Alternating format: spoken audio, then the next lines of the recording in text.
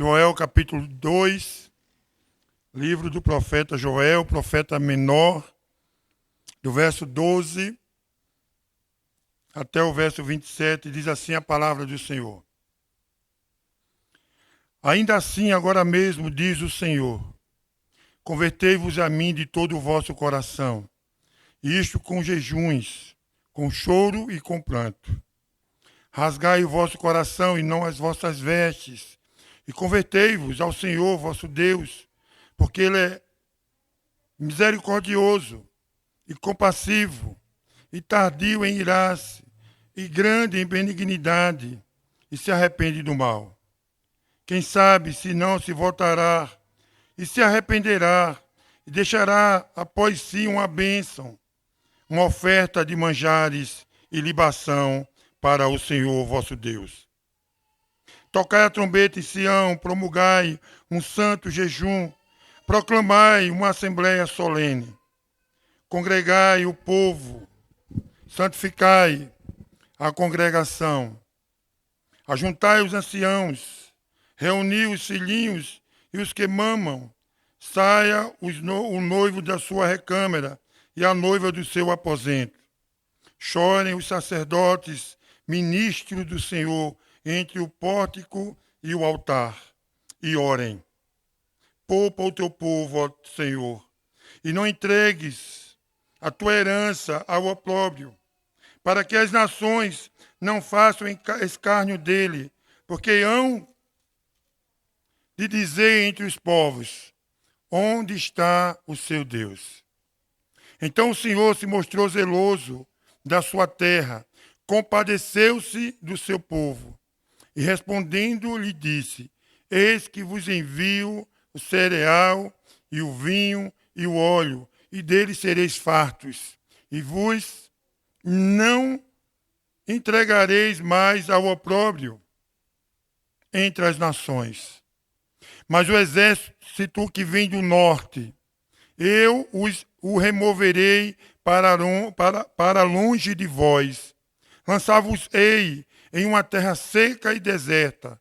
Lançarei a sua vanguarda para o mar oriental e a sua retaguarda para o mar ocidental. Subirá o seu mau cheiro e subirá a sua podridão, porque agiu poderosamente. Não temas, ó terra, regozija-te e alegra-te, porque o Senhor faz grandes coisas. Não temas, animais do campo, porque os pastos do deserto reverdecerão, porque o arvoredo dará o seu fruto, a figueira e a vide produzirá com vigor.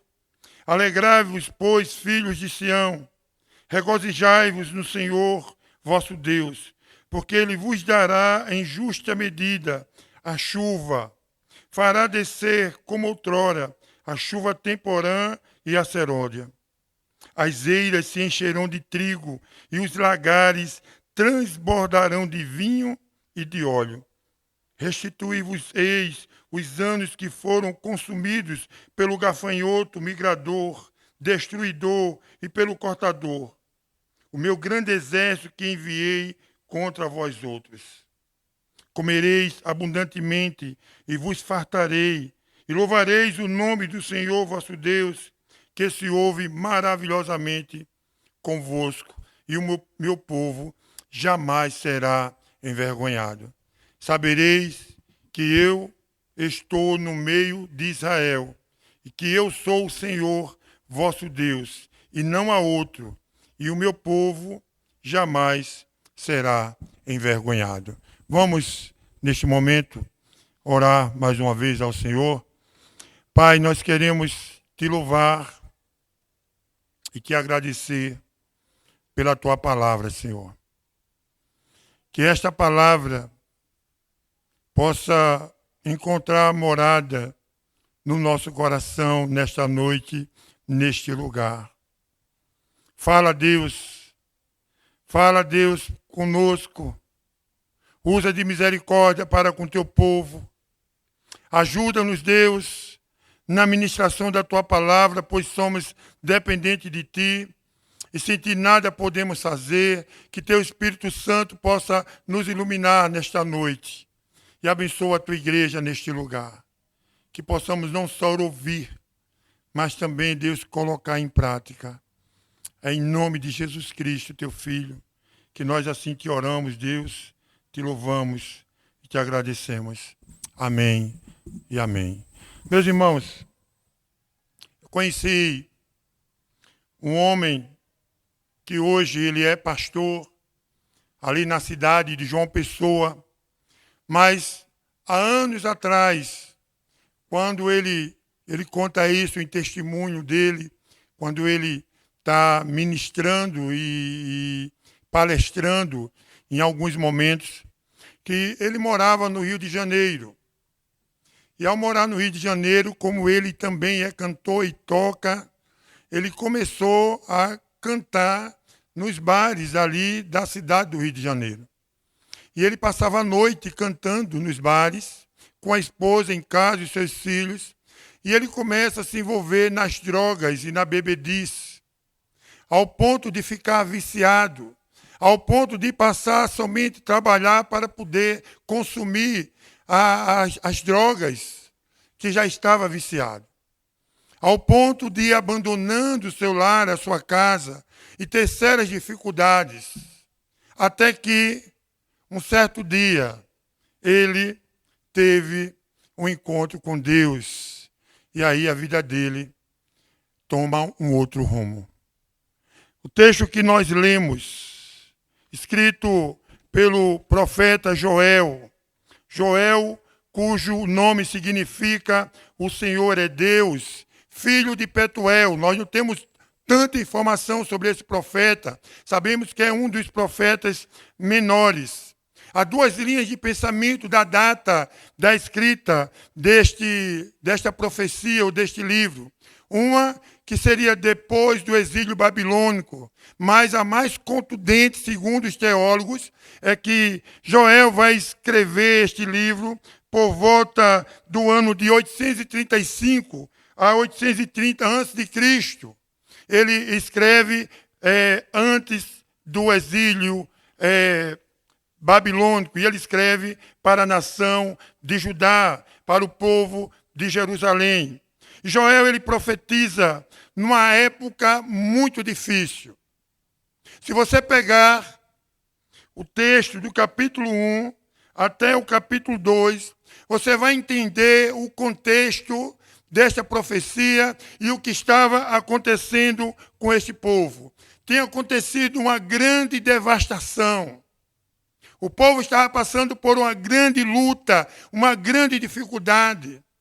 Havia uma chuva ou um exército de gafanhoto que, chegando, acabou com os pastos, acabou com as plantações, e esse exército, de gafanhoto foi tão grande que até a casca das árvores eles comeram. O povo chegou aqui a uma contundência, vamos dizer assim, a uma certeza, que eles estavam dentro de um julgamento de Deus. Deus estava julgando o seu povo por conta das suas dificuldades, dos seus pecados, daquilo que eles tinham feito, que já estavam, de fato, longe do Senhor. Eles estavam, irmãos, debaixo do julgamento de Deus. E aí ele vai escrever essa profecia debaixo de 3 propósitos. Primeiro propósito de se escrever esta profecia é que ele deveria reunir o povo perante o Senhor numa assembleia solene. O segundo propósito de escrever essa profecia, que ele deveria exortar o povo a arrepender-se e voltar-se humildemente ao Senhor Deus, através de jejuns, de choros, de pesar, de clamor por misericórdia. Você vai encontrar no capítulo 2, a partir do verso 12. E o terceiro propósito de se escrever essa profecia era falar ao povo de sua restauração, caso acontecesse um arrependimento sincero diante de Deus. Meus irmãos, texto que nós lemos cumpre esses 3 propósitos da profecia de Joel. E eu gostaria, baseado no que nós falamos nesta noite, eu gostaria de propor o seguinte tema para os irmãos: atitudes de um povo diante das adversidades. Qual deve ser a atitude de um povo após passar por algum tipo de adversidades, ou ao mesmo tempo estar passando por lutas, por provações, por aflições? Porque muitas das vezes a igreja e o povo está passando por algum tipo de luta e Deus muitas das vezes está trazendo um arauto de condenação. Deus muitas vezes está cobrando ao povo para que o povo de fato possa tomar uma atitude diferente, tomar um rumo diferente. E eu gostaria de ver com vocês aqui nesse texto 3 atitudes deste povo que eles tomaram diante dessas adversidades. A primeira atitude, eles deveriam se voltar para o Senhor. Eles deveriam agora olhar para o Senhor verdadeiramente. Porque me parece que esse povo, era um povo de Deus, o povo de Israel, o povo de Judá, mas eles já estavam longe do Senhor. Veja comigo o verso 12, o 13 e o 14. O verso 12, o texto começa falando assim: ainda assim, agora mesmo, diz o Senhor. Veja, essa ideia aí, Deus está falando agora com o povo. A ideia de que Deus está falando, está dizendo, é uma ideia de que Ele está falando e Ele continua falando. É como se Ele dissesse: olha, agora eu estou falando, eu estou falando e eu estou falando. E Ele continua falando, diz o Senhor está falando. O texto que aparece aqui em Senhor é em caixa alta. O Senhor dos exércitos, Deus da guerra, o Criador de todas as coisas, o nome impronunciável de Deus.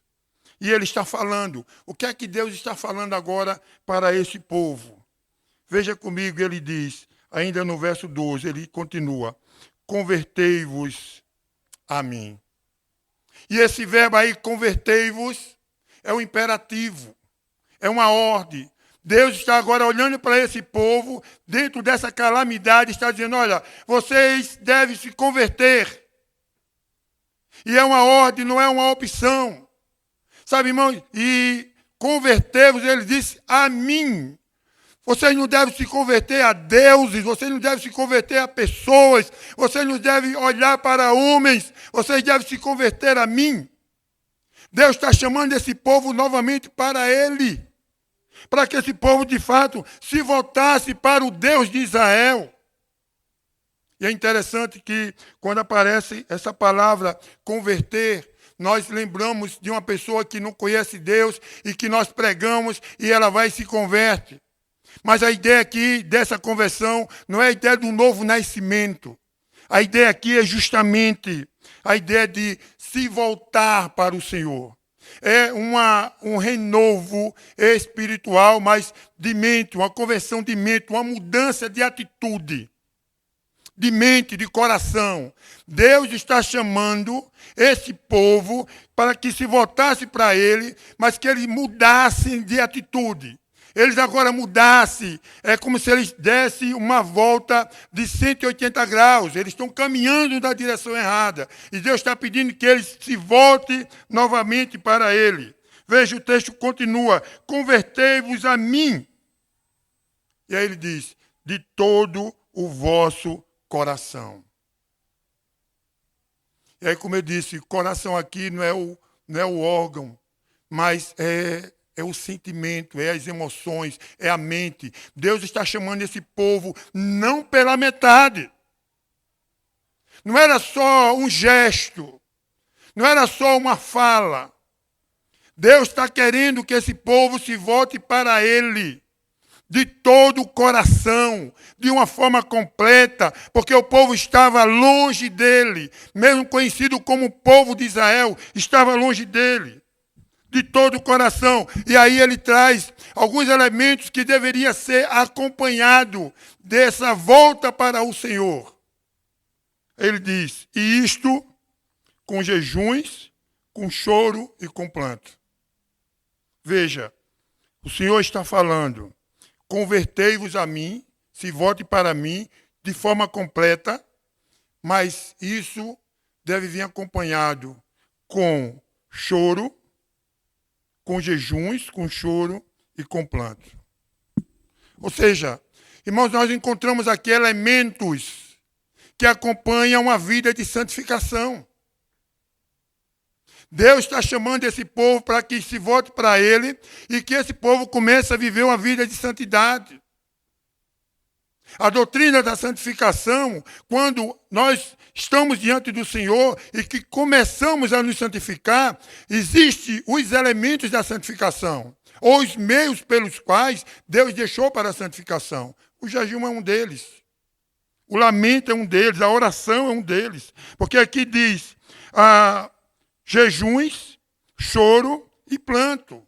Pessoas que se derramam diante do Senhor, que clamam ao Senhor, que se voltam para o Senhor, que reconhecem que esse Deus é Deus. E aí ele diz, no verso 13, rasgai o vosso coração e não as vossas vestes, e convertei-vos ao Senhor vosso Deus, porque Ele é misericordioso e compassivo, e tardio em irar-se, e grande benignidade, e se arrepende do mal. E aí ele usa esse termo, rasgar, que é dilacerar.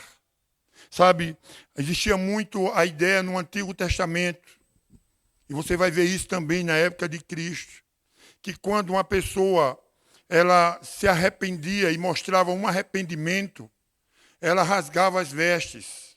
Quando, por exemplo, lá em Josué, capítulo 7, quando Josué vai conquistar a terra prometida e conquista a cidade de Jericó. Depois da cidade de Jericó, ele vai para a cidade de Ai. E lá o exército é derrotado por conta do pecado de Acã.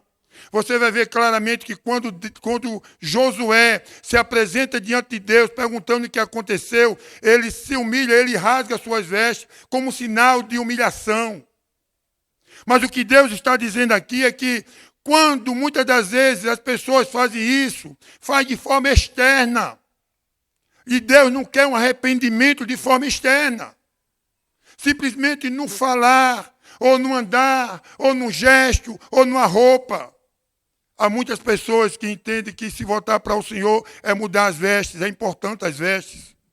É importante a forma que nós falamos. Mas Deus é aquele que conhece o nosso pensamento, as nossas ações, aquilo que está dentro de nós. E é dentro de nós que vai vir o verdadeiro arrependimento. O arrependimento ele não vem de fora para dentro, mas ele sai de dentro para fora. Por isso que ele diz, rasgai o vosso coração e não as vossas vestes. E ele diz, e convertei-vos ao Senhor vosso Deus. Fazendo isso, ele é misericordioso, compassivo, tardio em irar-se, grande benignidade, e se arrepende do mal. Sabe, meus irmãos, nós precisamos se voltar para o Senhor muitas das vezes. Porque muitas das vezes nós entramos e saímos dentro da igreja. Muitas das vezes nós pregamos, louvamos, ouvimos a palavra do Senhor, mas muitas das vezes há pessoas que estão longe de Deus dentro da igreja, afastados do Senhor, vivendo uma vida totalmente longe dos padrões que Deus tem para nós. Esse povo, eles estavam passando por uma grande calamidade. E agora Deus chega para eles e diz, olha, vocês, e deveria ser eles, porque aqui há um imperativo onde eles também deveriam praticar ação, eles agora deveriam se converter. Eles deveriam mudar de atitude, eles deveriam mudar de mente, de coração. Isso com ações externas, mas também internas. Elementos de santidade que poderia mostrar que esse povo agora estava se voltando para o Senhor, com jejuns, com planto, com choro, mas ao mesmo tempo, não só externamente rasgando as vestes, mas rasgando um coração no ato de que eles, de fato, estavam se voltando para Deus. Atitude de um povo diante das adversidades. Em primeiro lugar, esse povo deveria se voltar para o Senhor. Em segundo lugar, a partir do verso de número 15, esse povo deveria obedecer ao Senhor. Que a obediência diante de Deus, ela é primordial, irmãos. Nós precisamos olhar para as Escrituras Sagradas. Nós precisamos olhar para a palavra de Deus. Nós precisamos olhar para aquilo que Deus tem falado ao nosso coração e precisamos cumprir com essa palavra. Mesmo com todas as nossas falhas, mesmo com todos os nossos erros, mesmo sabendo que nós não vamos cumprir tudo, porque ninguém consegue cumprir a lei do Senhor por completo. Só Jesus Cristo fez isso. Mesmo assim, nós devemos olhar para essa palavra e cumpri-la. E agora esse povo, além de se voltar para o Senhor, eles deveriam obedecer ao Senhor. Veja comigo, a partir do verso de número 15, por que eu estou falando em obediência nesse texto? Porque nós vamos encontrar aqui alguns verbos que todos estão no imperativo, como numa ordem. E uma ordem nas Escrituras Sagradas é um imperativo que nós devemos cumprir diante de Deus. Veja o que ele diz no verso 15. Tocai a trombeta em Sião. Veja, a ideia de uma trombeta era algo que era feito de chifre de animal, que se usava para tocar, para anunciar, muitas das vezes, uma reunião. E, de fato, ele agora começa a trazer uma ideia que esse povo deveria se reunir todos em um lugar.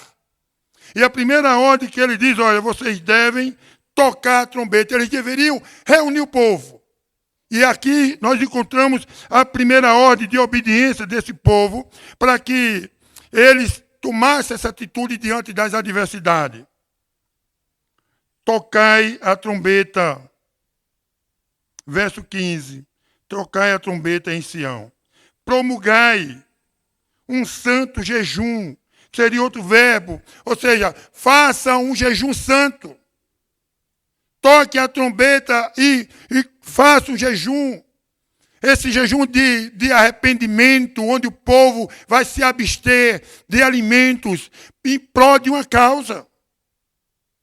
Dando a ideia aqui de também santificação. Proclamai uma assembleia solene, ainda no verso 15. Veja, tocai, promulgai, proclamai, ou seja, anunciai essa assembleia solene. Verso 16, mais um verbo, congregai o povo, ajuntar, congregai e ajuntar o povo. Santificai a congregação. Ajuntai os anciãos, reuni os filhinhos e os que mamam. Sai o noivo da sua recâmara e a noiva do seu aposento. Chore o sacerdote e ministro do Senhor. Veja, irmãos, eles deveriam tocar a trombeta, reunir o povo, promulgar um santo jejum, uma assembleia solene. O que Deus está falando para esse povo, que essa liderança deveria agora reunir todos, independente do que seja, o noivo, a noiva, os filhinhos, os que mamam, as mulheres, todos deveriam agora estar reunidos num momento de santificação, de reunião, buscando diante de Deus esse arrependimento.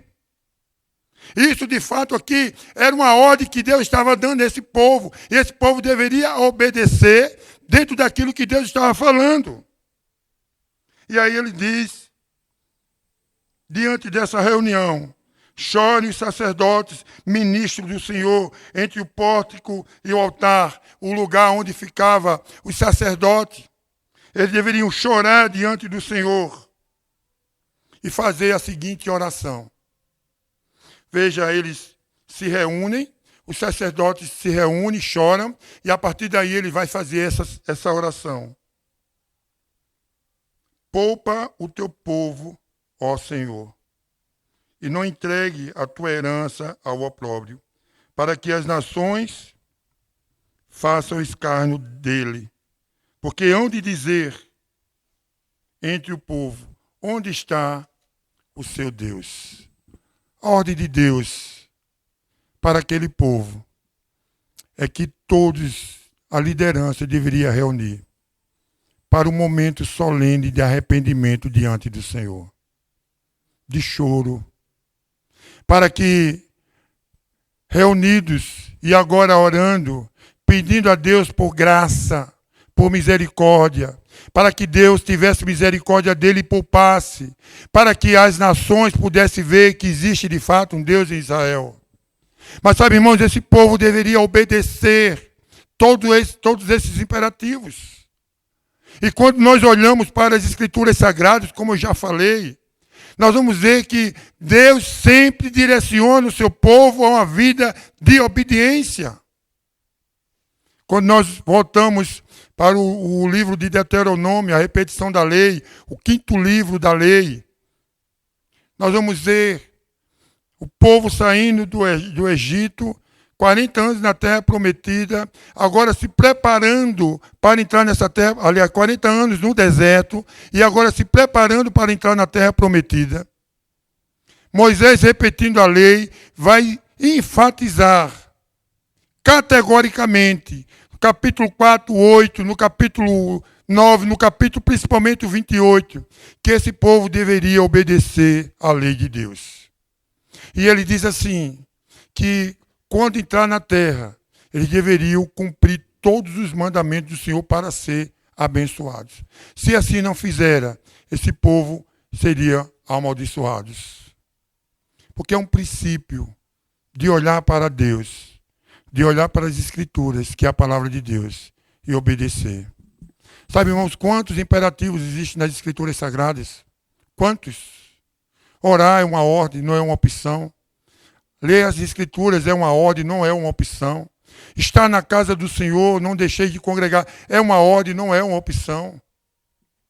Viver uma vida de santidade, santificai-vos, é uma ordem, não é uma opção. Nós vamos olhar, perdoar é uma ordem, não é uma opção. Amar é uma ordem, não é uma opção. Sabe, Deus quer abençoar, nós queremos ser abençoados, mas nós temos que ter um princípio de obediência à palavra de Deus. Esse povo, ele agora se volta para o Senhor, deveria se voltar para o Senhor de todo o coração, se arrependendo, se convertendo, mas eles deveriam também ter o princípio de obediência diante de Deus. Eu penso que muitas das vezes nós passamos por lutas, por provações, por adversidades, por calamidades. E eu penso que muitas das vezes nós devemos se voltar para o Senhor. E nós devemos se voltar para o Senhor e começar a olhar para a lei de Deus e obedecer de fato essa lei. Aquilo que Deus tem falado ao meu, ao seu coração. Que muitas das vezes nós sabemos que é verdade e que nós não cumprimos. O irmão pregou hoje pela manhã, um diácono, nosso irmão diácono Renaildo, ele tinha falado sobre isso. Quantas vezes nós estamos num ambiente de trabalho, quantas das vezes nós estamos em faculdades, quantas vezes nós estamos dentro de um contexto e sabemos que Deus fala isso, que é assim que nós devemos agir, e nós não fazemos para agradar pessoas, para não perder o emprego, para sair bem, vamos dizer assim, na foto. E a palavra de Deus diz que nós devemos e precisamos agradar a Deus, de que a homens. Obediência, irmãos. Esse povo deveria obedecer. Em último lugar, atitudes do povo diante das adversidades. Primeiro, se voltar para o Senhor. Segundo, se obedecer. Terceiro, esperar o agir de Deus. Amém? Esperar o agir do Senhor. Veja, se nós se voltamos para o Senhor de todo o coração, se nós estamos em obediência à palavra de Deus. O que é que nós podemos fazer mais? Se não esperar agora Deus agir na nossa vida. Porque tem coisa que nós devemos e podemos fazer. E todos os imperativos cabe a nós fazermos. Todos. Deus está falando, Deus está dizendo e nós temos que obedecer. É eu e você que tem que fazer. É a igreja. Mas há coisas que nós não podemos fazer. E nós devemos, de fato, esperar o agir de Deus. É monergista, é um ato de Deus. Só Ele pode agir naquilo que é impossível na minha e na sua vida. Nós podemos orar, clamar, se voltar para o Senhor, obedecer a sua palavra e agora esperar o tempo de Deus e o agir de Deus. Veja comigo o verso de número 19. Perdão, número 18. Depois que esse povo se reúnem, depois que Deus diz que eles têm que se converter, se voltar, o verso 18 diz: então o Senhor se mostrou zeloso da sua terra, compadeceu-se do seu povo. Deus agora começa a agir na vida deste povo. Deus agora começa a fazer o milagre. E é interessante que essa palavra aqui, zeloso, dá a ideia de ciumento, em algumas versões de ciumento. Como é que Deus pode ser ciumento? Mas é a ideia de ciúmes, é a ideia daquele que Deus tem um povo, que Ele chamou esse povo, por mais que Ele permita algo no meio desse povo, por mais que Ele permita a disciplina para corrigir esse povo é do Senhor. E Ele, de fato, tem zelo por esse povo. Ciúmes no sentido de ser zeloso, como diz aqui a sua palavra. E sendo zeloso, Ele se compadece, Ele tem misericórdia, que seria também uma tradução melhor para se compadecer. Ele tem compaixão. Ele começa agora a sentir a dor, né, que seria a ideia de compaixão.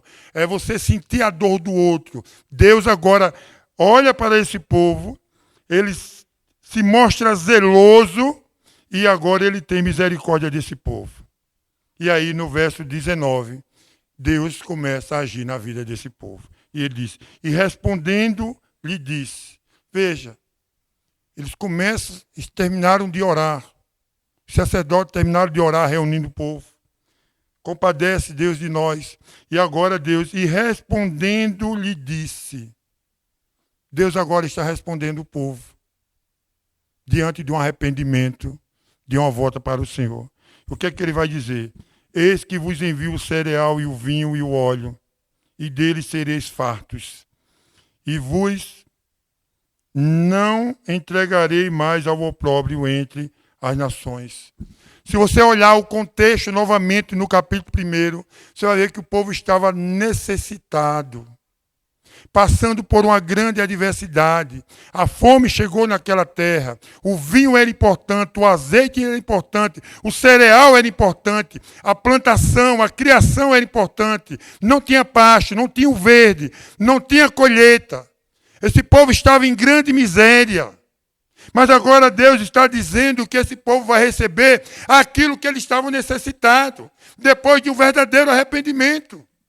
E agora, depois de obedecer à voz de Deus. E respondendo, lhe disse, eis que vos envio o cereal e o vinho e o óleo, e deles sereis fartos. E vos não entregarei mais ao opróbrio entre as nações.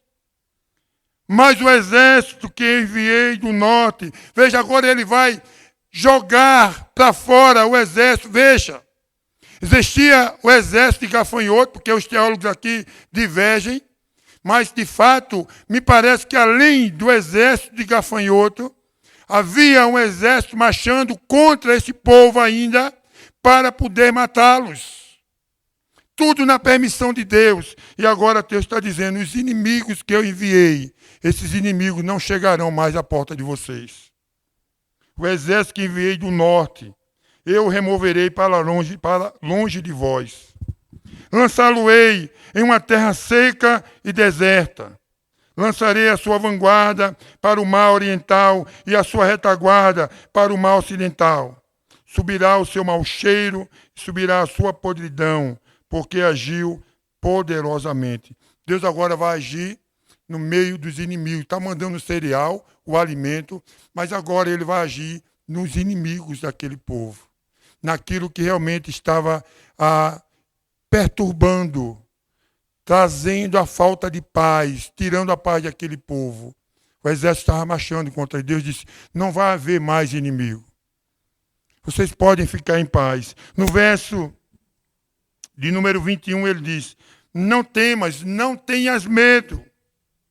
Ó terra, alegrai-vos, regozija-te e alegra-te, porque o Senhor faz grandes coisas. Não temas, não tenha medos. E ele vai agora trazer, mais uma vez, elementos que estavam escassos naquele momento, que também estavam sofrendo, eles, animais do campo. Porque os pastos do deserto reverdecerão. Deus estava restituindo o pasto. Uma coisa simples que não tinha mais, a vegetação. Animais do campo. Porque o arvoredo dará o seu fruto, a figueira e a vide produzirá com vigor. Verso 23, alegrai-vos, pois, filhos de Sião, regozijai-vos no Senhor vosso Deus, porque ele vos dará em justa medida a chuva. Fará descer, como outrora, a chuva temporã e a seródia.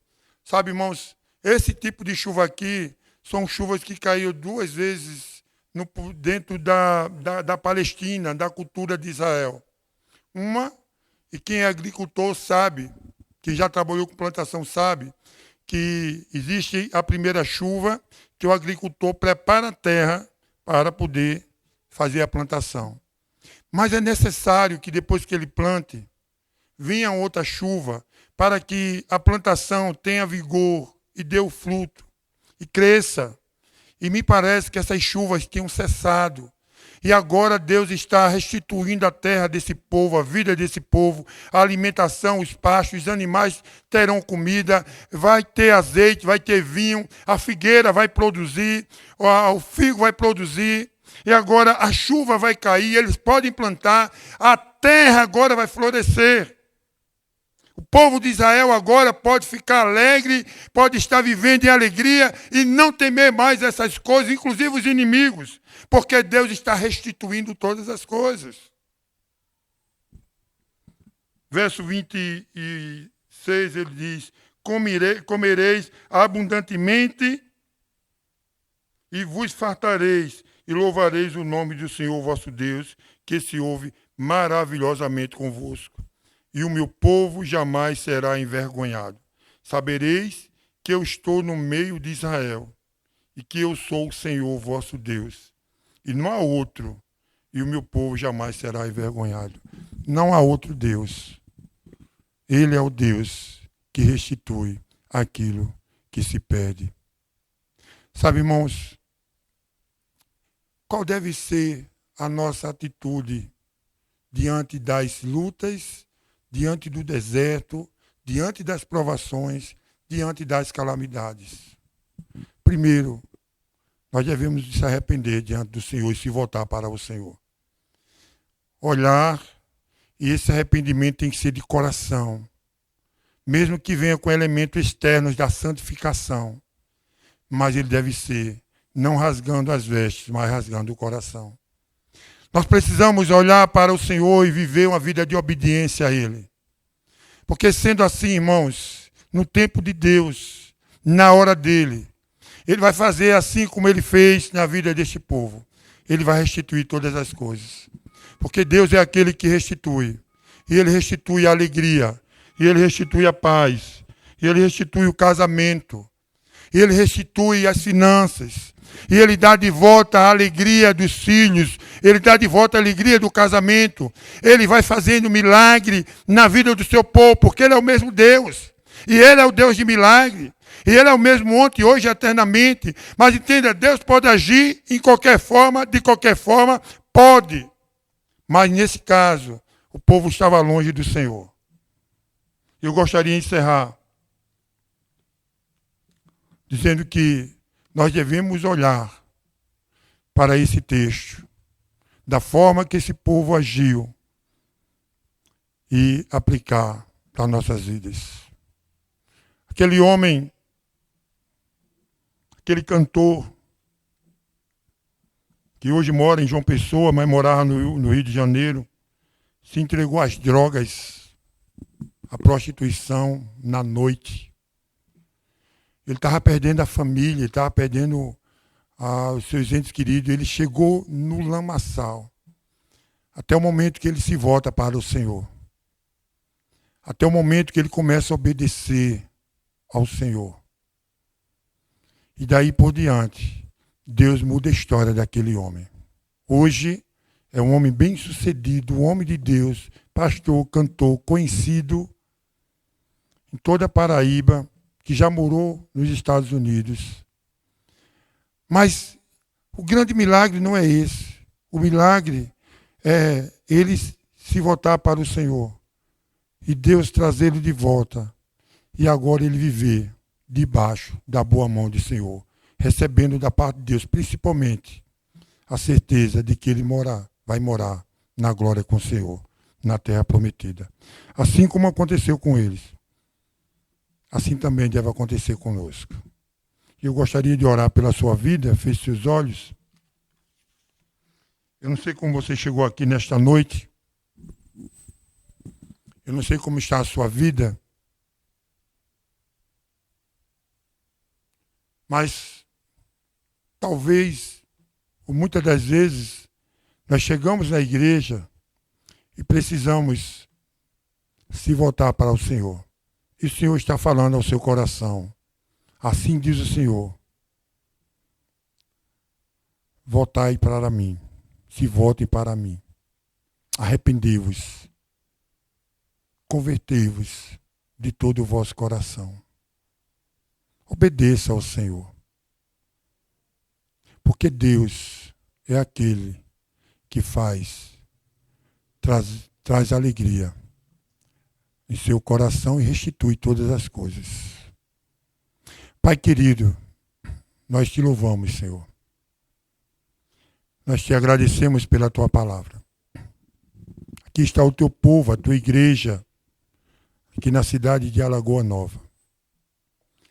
Ó Deus, se há alguém aqui nesta noite que está precisando olhar para o Senhor e se voltar para o Senhor, ó Deus, que teu Espírito Santo possa conduzi-los, que haja um arrependimento verdadeiro, sincero, que haja, ó Deus, um rasgar de coração, que haja, Deus, arrependimento, que haja, Deus, obediência à tua palavra. Não é aquilo que nós queremos fazer, mas é o que a tua palavra diz que devemos fazer. Para que o Senhor, dentro da tua soberania, possa agir no meio do teu povo. Ó Deus, tem misericórdia de nós e age no meio do teu povo, Senhor. Somos povo do Senhor. Aqui está o teu povo. E assim como o Senhor te mostrou zeloso com aquele povo, ó Deus, que o Senhor se mostre zeloso conosco. Ó Deus, que o Senhor possa encher, ó Deus, os lagares de óleo, de vinho, que o Senhor possa visitar os lares aqui, a casa, a família, os filhos, que o Senhor possa visitar o coração, que o Senhor conhece, sonda os corações, sabe da necessidade do teu povo neste lugar. Abençoa, Senhor. Cura, restaura, transforma, Senhor, para a glória do teu nome. E para que, ó Deus, o teu nome, só o teu nome, seja glorificado. É em nome de Jesus que nós te oramos e te agradecemos. Amém e amém. Que Deus nos abençoe.